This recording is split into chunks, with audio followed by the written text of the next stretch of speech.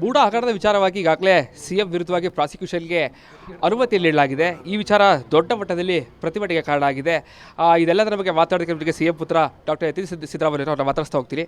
Sir, ಭಾಳ ಪ್ರಮುಖವಾಗಿ 14 ಸೈಟ್ಗಳ ವಿಚಾರ ಈ ಪ್ರತಿಭಟನೆಗೆ ಕಾರಣ ಆಗಿದೆ ಸರ್. ಸೊ ಏನೆಲ್ಲ ಚರ್ಚೆಗಳಾಗಿದೆ ಸರ್ ಫ್ಯಾಮಿಲಿಯಲ್ಲಿ ಅಂತ? ಫ್ಯಾಮಿಲಿನೂ ಚರ್ಚೆ ಆಗಿಲ್ಲ. ಫ್ಯಾಮಿಲಿಲಿ ನಮ್ಗೆ ಗೊತ್ತಿದೆ ನಾವು ಯಾವುದೂ ತಪ್ಪು ಮಾಡಿಲ್ಲ, ನಾವೆಲ್ಲ ಕಾನೂನು ಪ್ರಕಾರವಾಗಿ ಮಾಡಿದ್ದೀವಿ ಅಂತ ಹೇಳಿ. ಆದರೂ ಕೂಡ ಇವರು ರಾಜಕೀಯ ದುರುದ್ದೇಶಕ್ಕೋಸ್ಕರ ಸುಮ್ಮನೆ ಪ್ರತಿಭಟನೆ ಮಾಡ್ತಿದ್ದಾರೆ. ರಾಜ್ಯಪಾಲರನ್ನು ದುರ್ಬಳಕೆ ಮಾಡಿಕೊಂಡು ನೋಟಿಸ್ ಕೊಟ್ಟಿದ್ದಾರೆ. ಸೊ ಅದಕ್ಕೆ ನಾವು ಕಾನೂನಾತ್ಮಕವಾಗಿ ಮತ್ತು ರಾಜಕೀಯವಾಗಿ ಯಾವ ರೀತಿ ಹೋರಾಟ ಮಾಡಬೇಕು ಅದನ್ನು ಮಾಡ್ತೇವೆ. ತಾಯಿಯ ಜೊತೆ ಮಾತಾಡಿದ್ರೆ ಇದ್ರ ಬಗ್ಗೆ ತಾಯಿಯವ್ರ ಜೊತೆ? ಅಫ್ಕೋರ್ಸ್ ಮಾತಾಡಿದ್ದೀನಿ. ಅವ್ರಿಗೂ ಕೂಡ ಪ್ರಾರಂಭದಲ್ಲಿ ಬೇಸರ ಆಗಿತ್ತು, ಸುಮ್ಮನೆ ಅವ್ರ ಹೆಸರನ್ನು ಮೀಡಿಯಾ ಮುಂದೆ ತಂದೆ ಎಳಿತಾ ಇದ್ದಾರೆ ಅಂತ ಹೇಳಿ. ಬಟ್ ಆದರೆ ಅವ್ರಿಗೂ ಗೊತ್ತು ಇದರೊಳಗೆ ಏನೂ ತಪ್ಪಿಲ್ಲ ಅಂತ. ಸೊ ಹಾಗಾಗಿ ಅವರು ಧೈರ್ಯವಾಗಿತ್ತು. 40 ವರ್ಷದ ರಾಜಕೀಯ ಸುದೀರ್ಘ ರಾಜಕಾರಣದಲ್ಲಿ ಸರ್ ಯಾವುದೇ ರೀತಿ ಒಂದು ಕಪ್ಪುಚುಕ್ಕೆ ಇರಲಿಲ್ಲ ಸಿದ್ದರಾಮಯ್ಯ ಅವರಿಗೆ. ಈ ವಿಚಾರ ದೊಡ್ಡ ಮಟ್ಟದಲ್ಲಿ ಚರ್ಚೆಗೆ ಕಾರಣ ಆಗಿದೆ ಸರ್. 46 ವರ್ಷಗಳ ಕಾಲದಿಂದ ಅವರು ಸುದೀರ್ಘವಾದ ರಾಜಕೀಯ ಮಾಡ್ಕೊಂಡು ಬಂದಿದ್ದಾರೆ. ಅವರು ಈ ಸುದೀರ್ಘ ರಾಜಕೀಯದಲ್ಲಿ ಬೇಕಾದಷ್ಟು ದೊಡ್ಡ ಹುದ್ದೆಗಳನ್ನು ಅಲಂಕರಿಸಿದ್ದಾರೆ. ಎಷ್ಟೊಂದು ಸಾರಿ ಮಂತ್ರಿಗಳಾಗಿದ್ದಾರೆ, ಉಪಮಂತ್ರಿಗಳು ಎರಡು ಬಾರಿ ಆಗಿದ್ದಾರೆ, ಎಷ್ಟೊಂದು ಬಾರಿ ಹಣಕಾಸು ಮಂತ್ರಿಗಳಾಗಿದ್ದಾರೆ, ಈಗ 2ನೇ ಬಾರಿ ಮುಖ್ಯಮಂತ್ರಿಗಳಾಗಿದ್ದಾರೆ. ಅವ್ರು ನಿಜವಾಗ್ಲೂ ಭ್ರಷ್ಟರಾಗಿದ್ದರೆ ಇಷ್ಟೊತ್ತು ಸಾವಿರಾರು ಕೋಟಿ ಮಾಡ್ಕೋಬೋದಾಗಿತ್ತು. ಇವತ್ತು ಯಾರು ಆರೋಪ ಮಾಡ್ತಿದ್ದಾರಲ್ಲ ಅಂಥ ನಾಯಕರ ಥರ ಅವರು ಕೂಡ ಸಾವಿರಾರು ಕೋಟಿ ಮಾಡ್ಕೋಬೋದಾಗಿತ್ತು. ಬಟ್ ಅವ್ರು ಯಾವತ್ತೂ ಕೂಡ ಅಂಥ ಕೆಲಸ ಮಾಡಿಲ್ಲ.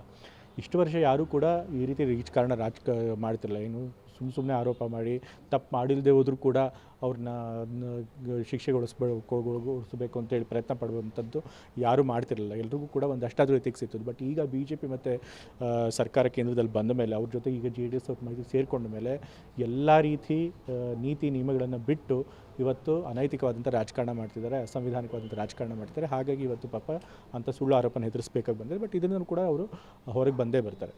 ಹೈಕಮಾಂಡ್ ಯಾವ ರೀತಿಯಾದಂತಹ ಒಂದು ನಿಮ್ಮ ತಂದೆಗೆ ಸಹ ಅಭಯ ನೀಡಿದೆ? ಈಗಾಗಲೇ ಹೈಕಮಾಂಡ್ ಅವ್ರು ಬಂದಿದ್ದರು. ಇಲ್ಲಿ ನಮ್ಮ ಸೆಕ್ರೆಟರಿ ಆದಂತಹ AICC ಸೆಕ್ರೆಟರಿ ಆದ ಸುರ್ಜೇವಾಲ ಅವರು ಬಂದಿದ್ದರು. ಅವರು ಹೈಕಮಾಂಡ್ ಅವರ ಏನು ಸಂದೇಶನ ಈಗಾಗಲೇ ಎಲ್ಲ ಮೀಡಿಯಾದವ್ರ ಮುಂದೆ ಹೇಳಿದ್ದಾರೆ. ಹೈಕಮಾಂಡ್ ಸಂಪೂರ್ಣವಾಗಿ ಮುಖ್ಯಮಂತ್ರಿಗಳ ಬೆನ್ನ ಹಿಂದೆ ನಿಂತಿದೆ. ಯಾಕೆ ಅಂತಂದರೆ ಮುಖ್ಯಮಂತ್ರಿಗಳು ಯಾವುದೇ ತಪ್ಪು ಮಾಡಿಲ್ಲ ಅನ್ನೋದು ಅವ್ರಿಗೂ ಚೆನ್ನಾಗಿ ಗೊತ್ತಿದೆ. ಸೊ ಇದು ಬರೀ ರಾಜಕೀಯ ಪ್ರೇರಿತವಾದಂಥ ಆರೋಪ ಅನ್ನೋದು ಅವ್ರಿಗೂ ಗೊತ್ತಿದೆ. ಮತ್ತು ಹೇಗೆ ಬೇರೆ ರಾಜ್ಯಗಳಲ್ಲಿ BJP ಸರ್ಕಾರಗಳನ್ನು ಕೆಡುವುದಕ್ಕೆ ರಾಜ್ಯಪಾಲರನ್ನು ಉಪಯೋಗಿಸ್ಕೊಳ್ತಿದ್ದಾರೆ, ಅದೇ ರೀತಿ ಇಲ್ಲೂ ಕೂಡ ಉಪಯೋಗಿಸ್ಕೊಳ್ತಾರೆ ಅವ್ರಿಗೂ ಚೆನ್ನಾಗಿ ಗೊತ್ತಿದೆ. ಹಾಗಾಗಿ ಅವರು ಕೂಡ ತಂದೆಯವ್ರ ಹೋರಾಟಕ್ಕೆ ಜೊತೆಯಾಗಿರ್ತೀವಿ, ನೀವು ರಾಜೀನಾಮೆ ಕೊಡಬೇಡಿ ಅಂತ ಹೇಳಿದ್ದಾರೆ. ಡಾಕ್ಟರ್, ಈಗ ರಾಜ್ಯಪಾಲರು ಕೂಡ ಒಂದೆರಡು ಇದೆಲ್ಲ ದೂರಲ್ಲಿ ಉಲ್ಲೇಖ ಮಾಡಿರುವಂಥದ್ದು CM ಅವರು ಪ್ರಭಾವನ ಬೆಳೆಸಿ, ಅಂದರೆ ಕೆಸರೆ ಜಾಗದಲ್ಲಿ ಹೋಗಿರುವಂತಹ ಸೈಟ್ಗಳಿಗೆ ಪ್ರಭಾವ ಬೆಳೆಸಿ ಮಾಡಿದ್ದಾರೆ ಅಂತೇಳಿ ನಿಮ್ಗೆ ಅನ್ಸುತ್ತೆ? ಬಳಸಿದ್ದಾರೆ ಅನ್ನೋದಕ್ಕೆ ಎಲ್ಲಿದೆ ದಾಖಲೆ? ಪ್ರಭಾವ ಬಳಸಬೇಕು ಅಂದರೆ ಅಧಿಕಾರದಲ್ಲಿರಬೇಕು. 2021ರಲ್ಲಿ ತಂದೆಯವರು ಅಧಿಕಾರದಲ್ಲಿದ್ರಾ? ಇಲ್ಲ. ಯಾವಾಗಲೂ 98ರಲ್ಲಿ ಮುಖ್ಯಮಂತ್ರಿಗಳದ್ದು ಆ ಟೈಮಲ್ಲಿ ಡಿನೋಟಿಫೈ ಆಗಿದೆ ಅಂತ ಹೇಳ್ತಾರೆ. ನಾವು 98ರಲ್ಲಿ ಡಿನೋಟಿಫೈ ಮಾಡಿ ಅಲ್ಲಿ ತನಕ ಷಡ್ಯಂತ್ರ ನಡೆಸಿ 2024ರಲ್ಲಿ ನಾವು ತಾಯಿಯವ್ರಿಗೆ ಮಾಡ್ಕೋತೀವ? ಯಾರಾದರೂ ಅಷ್ಟು ವರ್ಷಗಳಿಗೋಸ್ಕರ ಡಿನೋಟಿಫೈ ಮಾಡ್ಕೊಂಡು ಕಾಯ್ತಿರ್ತಾರ? ಡಿನೋಟಿಫೈ ಮಾಡಿದ್ರು ಸುಮ್ಮನೆ ಇರ್ತಾರ? ಸೊ ಆ 98ರಲ್ಲಿ ಡಿನೋಟಿಫೈ ಮಾಡಿಸೋದಕ್ಕೆ ತಂದೆಯವ್ರು ಏನಾದರೂ ಮಾಡಿದ್ರೆ ನನಗೆ ಸಾಕ್ಷ್ಯ ಇದೆಯಾ? ಇಲ್ಲ. ಮತ್ತು ಈಗ 2021ರಲ್ಲಿ ನಮ್ಗೆ ಸೈಟ್ ಬಂದರೆ ಅವಾಗ ತಂದೆಯವರು ಅಧಿಕಾರದಲ್ಲಿದ್ದರಾ? ಇಲ್ಲ. ಸೊ ಅವಾಗ ಅಧಿಕಾರದಲ್ಲಿ ಇದ್ದಿದ್ದವ್ರು ಯಾರು? BJP ಸರ್ಕಾರ. ಆಗಿದ್ದಂಥ ಕಮಿಷನರ್ ಯಾರು? BJP ಅಧಿಕಾರಿ. ಸೊ ಹಾಗಾದರೆ ತಪ್ಪು BJP ಸರ್ಕಾರದ್ದು. ಅಕಸ್ಮಾತ್ ತಪ್ಪಾಗಿದೆ ಅಂತ ಅವ್ರು ಅಂತ ಹೇಳಿದ್ರೆ ಅದು BJP ಸರ್ಕಾರದ ತಪ್ಪು, ಆಗಿದ್ದಂಥ ಮೂಢ ಅಧಿಕಾರಿಗಳ ತಪ್ಪು. ಅದರೊಳಗೆ ತಂದೆಯವ್ರದಲ್ಲಿ ತಪ್ಪಿದೆ. ಸೊ ಹಾಗಾಗಿ ರಾಜ್ಯಪಾಲರು ಅದೊಂದು ಉನ್ನತವಾದಂಥ ಸಂವಿಧಾನಿಕ ಹುದ್ದೆ. ಆ ಒಂದು ಹುದ್ದೆಗೆ ಗೌರವ ಬರೋ ರೀತಿ ನಡ್ಕೊಳ್ಬೇಕಾಗಿತ್ತು. ಆದರೆ ಇವತ್ತು ಅವರು BJP ಪಕ್ಷದ ಏಜೆಂಟ್ ಥರ ನಡ್ಕೊಂಡು ಇವತ್ತು ಯಾವುದೇ ಆಧಾರ ಸಾಕ್ಷಿಗಳಿಲ್ಲದೆ ಹೋದರೂ ಕೂಡ ಸುಮ್ಮನೆ ತಂದೆಯವ್ರಿಗೆ ನೋಟಿಸ್ ಕೊಟ್ಟಿದ್ದಾರೆ ಮತ್ತು ಸ್ಯಾಂಕ್ಷನ್ಗೆ ಪರ್ಮಿಷನ್ ಕೊಟ್ಟಿದ್ದಾರೆ. ಅದು ತಪ್ಪು. ತಂದೆಯವ್ರಿಗೆ ಹಿತಶತ್ರುಗಳೇ ಜಾಸ್ತಿ ಆದರು. ಯಾಕೆಂದರೆ ಸ್ವಜಾತಿಯವರ ಒಳ ಜಗಳದಿಂದಾಗಿ ಈ ಹಗರಣ ಹೊರಬೋದಕ್ಕೆ ಸಾಧ್ಯ ಆಯಿತು ಅಂತೇಳಿ. ಸ್ವಜಾತಿ ಒಳ ಜಗಳ ಎಲ್ಲಿದೆ? ಅವ್ರು ಡಾಕ್ಟರ್, ಒಂದು ಚರ್ಚೆ ಆಗ್ತಾ ಇರುವಂಥದ್ದು ಮರಿಗೌಡರು ಇರ್ಬೋದು, ರಾಕೇಶ್ ಪಾಪಣ್ಣ ಅವರು ಇರ್ಬೋದು, ಜೊತೆಗೆ ಬೈರತಿ ಸುರೇಶ್ ಅವರು ಇರ್ಬೋದು. ಇವ್ರು 3 ಜಿಲ್ಲೆ ಆದಂತಹ ಒಂದು ಕೇಳ್ತಿರೋ ಮೂಢ ಹಗರಣ ಬೇರೆ. ಸೊ ಅದರೊಳಗೆ ಬರೀ ಇವ್ರು ಮಾತ್ರ ಅಲ್ಲ, ಎಲ್ಲ ಪಕ್ಷದವರು ಇದು ಮಾಡ್ಕೊಂಡಿದ್ದಾರೆ. 50-50 JDS ಪಕ್ಷದವ್ರ ನಾಯಕರುಗಳೇ ಜಾಸ್ತಿ ಇದ್ದಾರೆ, BJP ಪಕ್ಷದ ನಾಯಕರುಗಳೇ ಜಾಸ್ತಿ ಇದ್ದಾರೆ. ಆ ಹಗರಣದಲ್ಲಿ ತನಿಖೆ ಮಾಡಿದ್ರೆ ಅವ್ರಿಗೆ ಶಿಕ್ಷೆ ಆಗುತ್ತದೆ. ಬಟ್ ಇದು ನಮ್ಮ ತಂದೆಯವ್ರ ಮೇಲೆ ಬಂದಿರೋ ಆರೋಪ 50-50 ಅಲ್ಲವೇ ಇಲ್ಲ.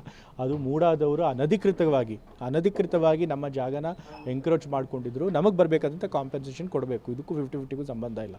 ಸೊ ಅದನ್ನು ಕಾಂಪೆನ್ಸೇಷನ್ ಕೊಟ್ಟಿರೋದನ್ನು ಪ್ರಶ್ನಿಸಿ ನಿಜವಾದ 50-50 ಹಗರಣ ಏನಿತ್ತು ಅದನ್ನು ಬಿಟ್ಬಿಟ್ರು. ಯಾಕೆಂದರೆ ಅವ್ರ ಪಕ್ಷದ ನಾಯಕರುಗಳೇ ಅದ್ರೊಳಗೆ ಸಿಕ್ಕಾಕೊಂಡಿದ್ದಾರೆ ಅಂತ. ಸೊ ಇದು ನಾವು ಕಾನೂನು ಪ್ರಕಾರವಾಗಿ ಪಡ್ಕೊಂಡಿದ್ರು, ಇದ್ರ ಹಿಂದೆ ಬಿದ್ದಿದ್ದಾರೆ ಇವರು.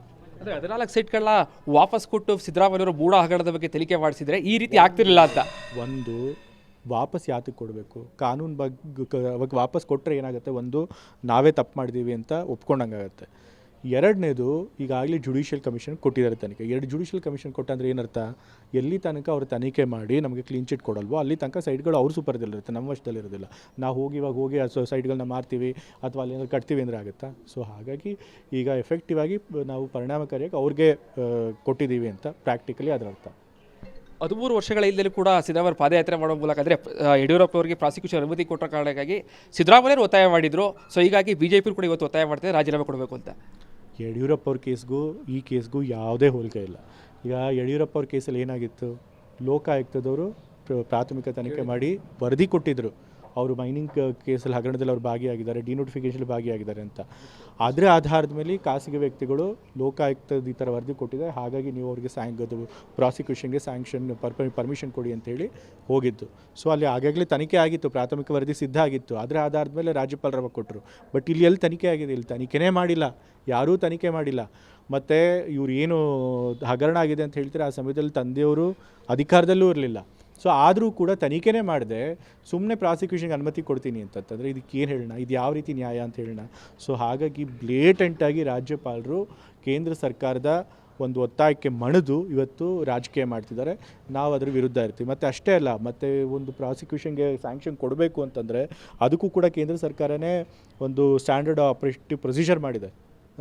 ಇನ್ವೆಸ್ಟಿಗೇಷನ್ ಆಗಬೇಕು, ಮತ್ತು ಇನ್ವೆಸ್ಟಿಗೇಷನ್ ಆದಮೇಲೆ DG ಅವರೇ ಅದಕ್ಕೆ ಪ್ರಾಸಿಕ್ಯೂಷನ್ಗೆ ಪರ್ಮಿಷನ್ ಕೇಳಬೇಕು ಇನ್ವೆಸ್ಟಿಗೇಷನ್ಗೆ. ಅದು ಇನ್ವೆಸ್ಟಿಗೇಷನ್ ಆದಮೇಲೆ ಅದರ ಆಧಾರದ ಮೇಲೆ ಕೊಡಬೇಕು ಅಂತ ಅದನ್ನೆಲ್ಲನೂ ಗಾಳಿಗೆ ತೋರಿ ಇವರು ಏನು ವಿಧಾನಗಳಿದೆ ಅದನ್ನೆಲ್ಲನೂ ಗಾಳಿಗೆ ತೋರಿ ತಮ್ಗೆ ಇಷ್ಟ ಬಂದಂಗೆ ಮಾಡ್ತಿದ್ದಾರೆ. ಇವತ್ತು ರಾಜ್ಯಪಾಲರಾಗಿ ಒಂದು ಸಂವಿಧಾನಕ್ಕೆ ಹುದ್ದೆಲಿದ್ದು, ಅತ್ಯುನ್ನತವಾದ ಸಂವಿಧಾನಕ್ಕೆ ಹುದ್ದೆದ್ದು ಸಂವಿಧಾನ ಬಾಹಿರವಾದಂಥ ಕೆಲಸ ಮಾಡೋದು ನಿಜವಾಗ್ಲೂ ನಾಚಿಕೆಗೇಡ್ತಾನೆ. ನಿಜವಾಗ್ಲೂ ಇವತ್ತು ರಾಜೀನಾಮೆ ಕೊಡಬೇಕಿದ್ರೆ ಅದು ರಾಜ್ಯಪಾಲರು.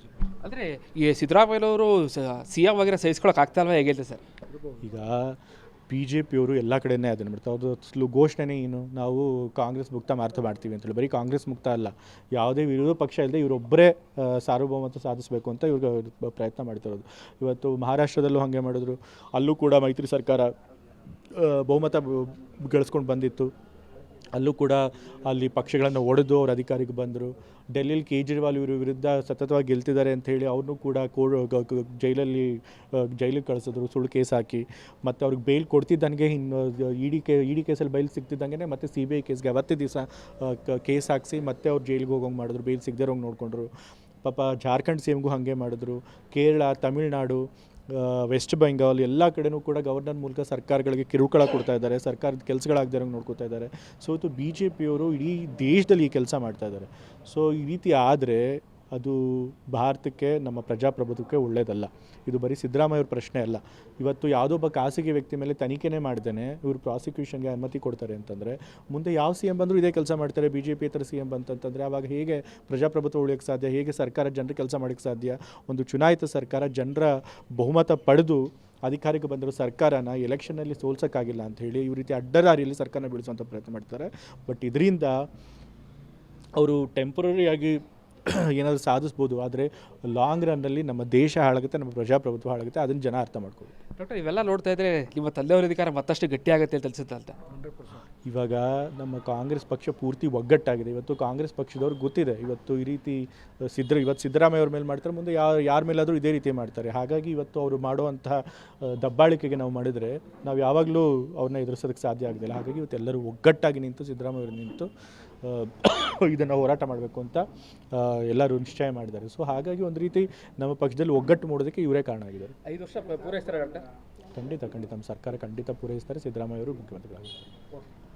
ಇದಿಷ್ಟು CM ಡಾಕ್ಟರ್ ಯತೀಂದ್ರ ಸಿದ್ದರಾಮಯ್ಯ ಅವರ ಮಾತುಗಳು. ಕ್ಯಾಮ್ರಾ ಪರ್ಸನ್ ಸಚಿನ್ ಜೊತೆಗೆ ವಿನೋದ್ ಪಡೋರಿ, ರಿಪಬ್ಲಿಕ್ ಕನ್ನಡ, ಮೈಸೂರು.